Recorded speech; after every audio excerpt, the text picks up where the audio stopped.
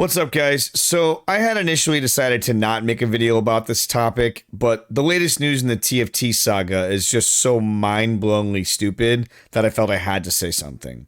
And I noticed not really a lot of people are talking about this, and it might be just because people are over the whole TFT drama, but in this video, we'll give you guys a TLDR in case you haven't really been paying attention or you don't really use TFT, and we'll tell you why everyone's mad at them. So let's jump into it.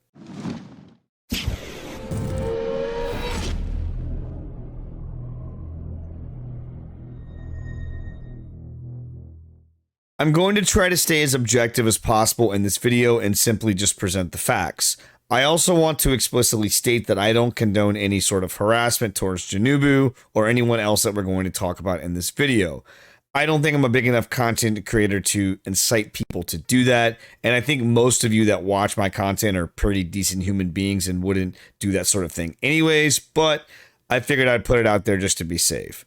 I'm going to try to keep this video short and to the point and avoid going down the rabbit hole on some of these topics. I've watched several long videos and gone down the Reddit rabbit hole on this topic so you guys don't have to. If you're interested in exploring more, I will post some relevant videos in the description so you can research further if you like. If you're unfamiliar with who or what TFT is, I'll give a brief summary. TFT was founded roughly 4 years ago for players to have an easier time bulk trading large amounts of items or trading or crafting high-ticket items without the fear of being scammed. TFT supports a system that allows other players to vouch for them for services rendered. Once you have sufficient enough vouchers, you obtain higher ranks in their Discord, illustrating to other would-be buyers or sellers that you're trustworthy. TFT arose because of glaring issues with the native trading within PoE. Chris Wilson and GGG believe that the problems with the trading system are what provides balance, with Chris being quoted as saying if we made trade any easier, it would be the death of the game. I think all of us have experienced the pain of messaging 20 plus people and not getting a response, or trying to trade for a low price item mid-league and no one wants to respond to you, or my personal favorite, when someone corners the market on a specific item and then refuses to respond to trade requests. I think most of us would agree that TFT provided a much needed service, and I believe that TFT originally was founded with noble intentions. Over the years, though, things have become much more sordid, and the community has coined the phrase mid-league TFT drama. Most of the time, the drama was not focused around the Discord trading, which most of us agree is pretty helpful, but on TFT's other service, which is their mirror shop.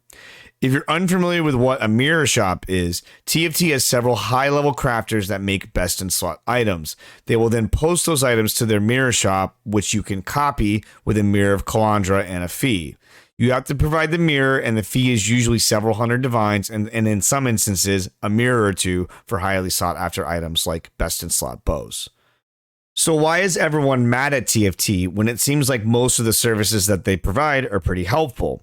Well, the issue is a lot of the time these items are obtained using real money trading or RMT. I'm not going to go down the rabbit hole here of the proof, but I will post a video in the description from Belton, which goes into pretty deep detail and provides some pretty substantial evidence for TFT RMTing. There have been several examples of people selling their items to TFT Mirror Shop and then getting banned for various reasons, usually quote-unquote harassment. TFT would keep the item while the person who sold them the item would no longer be able to collect on it. The TFT owner Jenubu originally went by the name Varga, but was tied to various RMT scandals and decided to change his name. He was also banned several times from PoE for RMT, but was able to get unbanned somehow each time. That's suspicious.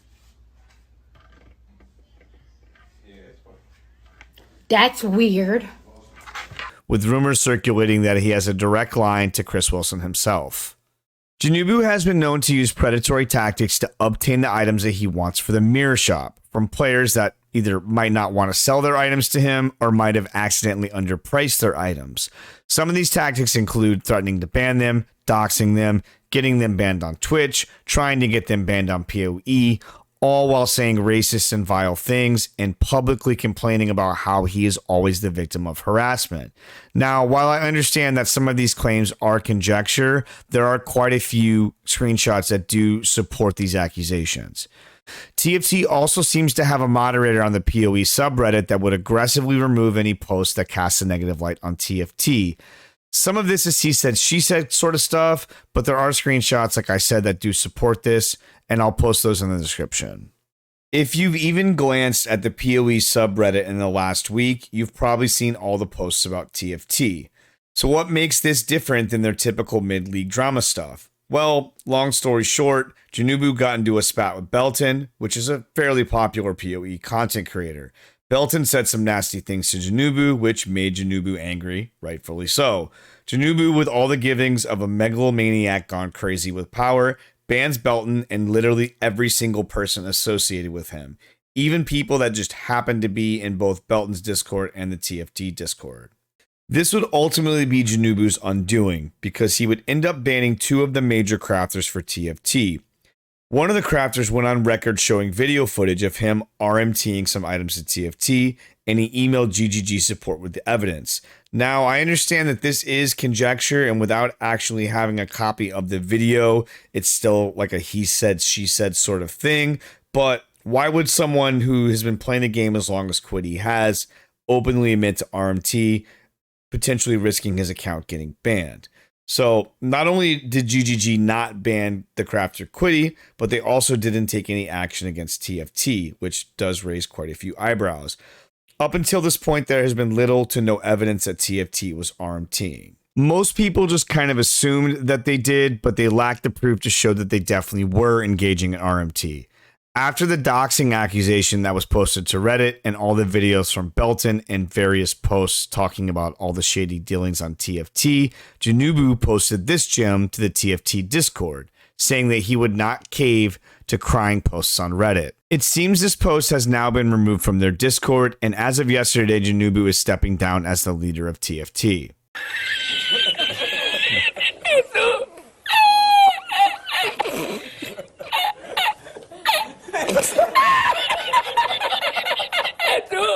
It's almost like people listened to Jenubu and stopped using TFT.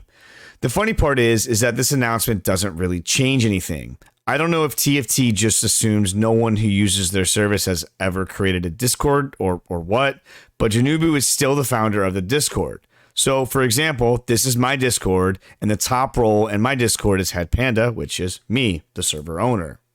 Since I am the server owner, I have all of the privileges that are available in the Discord. I can ban people, I can invite people, create new channels, delete channels, etc. Right? So, unless Jenubu transferred ownership to someone else, which I very much doubt that he did, he still has all the privileges that he had before.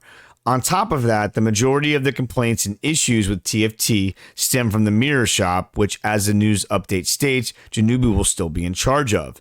This is nothing more than lip service from TFT and the community outcry from years of them being scummy. This was done simply to stem the flow of people abandoning ship. What are your thoughts about TFT? Do you still use their service? Do you plan on continuing to use it? I've never been more than just a casual user of TFT, so I honestly couldn't care less if the whole server imploded. I think Obi-Wan said it best. You will never find a more wretched hive of scum and villainy. We must be cautious. Thanks for watching. If you enjoyed the video, please consider liking and subscribing, as it does really help with the YouTube algorithm. I make bi-weekly content about various gaming topics and gaming news. Until next time, have a great day/night.